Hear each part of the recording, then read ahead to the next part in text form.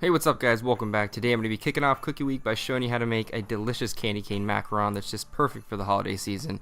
I'm also participating in Kin Community's biggest collaboration yet, a Christmas cookie countdown. After my cookie recipe, be sure to check out all the other recipes in the playlist. There's going to be a new recipe every day up until Christmas, and some of the folks I'm going to be collabing with are Gabi from What's Gabi Cooking, Stacy from One Hungry Mama, and Sarah Lynn from The Domestic Geek. Now it's time to get into my recipe. First up, you're going to add your egg whites to a small mixing bowl. You're going to whisk that for about 2 or 3 minutes until they're slightly frothy. Then you're going to add your granulated sugar and continue whisking with a good amount of elbow grease for about 5 to 10 minutes until you have soft peaks.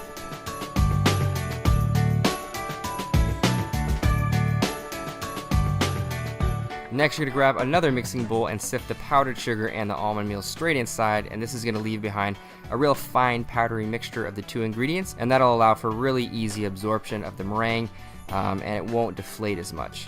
Give this a stir just to make sure it's all equally distributed, and once that's done, you're going to fold the meringue into the dry ingredients a third at a time, using sort of a scraping and a folding motion, making sure not to deflate the meringue too much. But really the consistency that you're looking for is sort of like this flowing lava. If you drip it back into itself, it should absorb in about 10 seconds. If it doesn't, it's either too thin or too thick, and either you need to add a little bit more dry ingredients or just slightly a bit more meringue.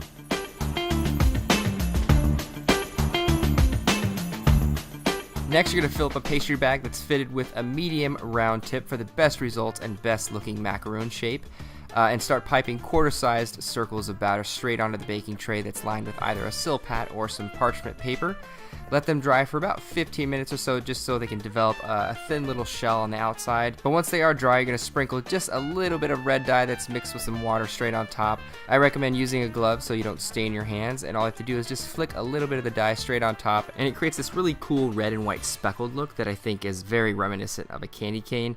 Just very cool coloring. Obviously you can do really whatever you want. I think this is a really cool little technique to apply with a lot of different colors and flavors. But once you're done coloring your macaroons, you're going to throw them to a 325-degree Fahrenheit oven for about 15 minutes.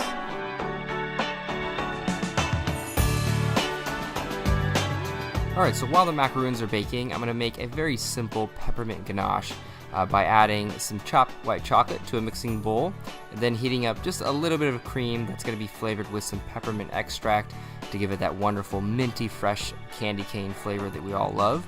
And then you're going to slowly just pour that hot cream mixture into the white chocolate until it becomes very thick and starts forming a wonderful smooth ganache. Once that's done, I'm going to pour half of the ganache into a piping bag, and then the other half I'm going to dye with just a little bit of red dye, and then put that also into the piping bag. So it creates this wonderful little marble of red and white, and again resembles that wonderful candy cane texture and coloring that we all grown to love and really just look forward to for the holiday season.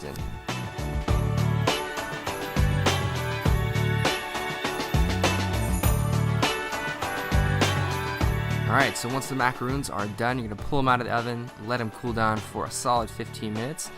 Then you're just going to gently remove them from the tray and start filling them up with that wonderful minty ganache that you made earlier. Sandwich the filling between both the macaroons, and you can eat them fresh right after you assemble them, or you can let them sit overnight so that minty flavor absorbs into the actual cookie. But either way you eat it, it's going to be absolutely delicious, and I think this is just a fun take on a holiday classic, and hopefully you guys enjoyed.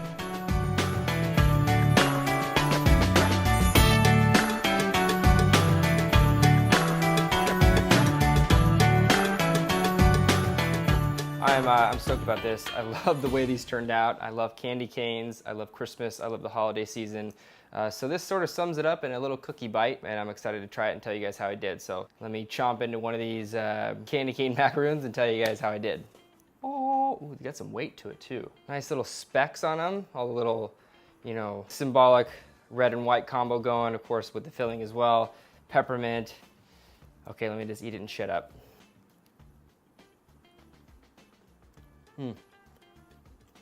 It's exactly like a candy cane. Nice and crispy on the outside, a wonderful tender texture, beautiful crumb, and of course that filling is really good. Lots of candy cane peppermint flavor going on. So good. Wow. Hopefully you guys enjoyed this recipe. If you did, make sure you check out the other folks that I collabed with. They have some really cool Christmas cookies, and I think they'll give you a lot of inspiration for nice little sweets around the holiday season, so make sure you check those folks out. Also, make sure you subscribe to this channel if you guys did enjoy this video. Thumbs up and comment below for future video requests, things you want to see on my channel. And I'll see you guys next time with another delicious recipe. Bye, everybody.